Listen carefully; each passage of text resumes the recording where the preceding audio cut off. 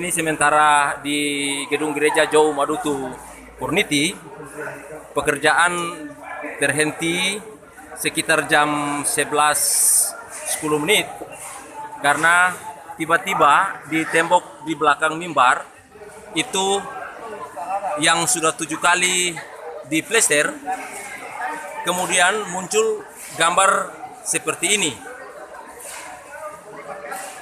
Dan gambar ini kemudian menghebohkan baik orang yang bekerja, jemaat di sekitar, maupun sampai ke seluruh orang yang hadir, dan kemudian menjadi viral karena didengar oleh semua orang.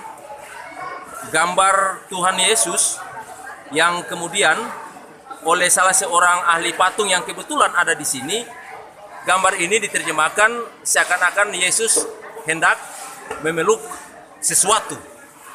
Nah, peristiwa ini terjadi pada jam 11 lewat 10 menit barusan. Dan akhirnya saya harus memberikan penjelasan bahwa kita harus memaknai peristiwa ini sebagai kuasa Allah, di mana yang kita lakukan adalah pekerjaan membangun rumah Tuhan. Dan karena pekerjaan kita melakukan membangun rumah Tuhan, maka Tuhan mau hadir menampakkan diri di tengah-tengah kita yang bekerja.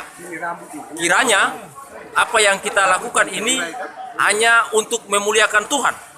Dan perlu saya sampaikan dalam perspektif teologi saya, bahwa ini gambar yang harus ditafsir secara teologis, bahwa Yesus benar tidak terkurung di tembok. Yesus tidak terkurung di tembok. Tetapi ini bukti konkret iman saya, Yesus hadir dan mau bekerja, mau melihat, menyertai, melindungi dan memberkati kita yang bekerja di rumah Tuhan. Itu saja yang dapat saya sampaikan memaknai peristiwa yang baru saja terjadi. Terima kasih.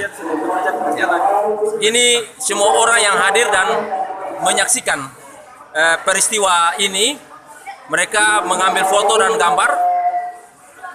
Dan ini orang warga yang terus melakukan pekerjaan. Hanya saja bahwa kemudian saya menginstruksikan untuk pekerjaan yang digambar ini dihentikan sementara, dilanjutkan di tembok-tembok yang lain yang belum diplester.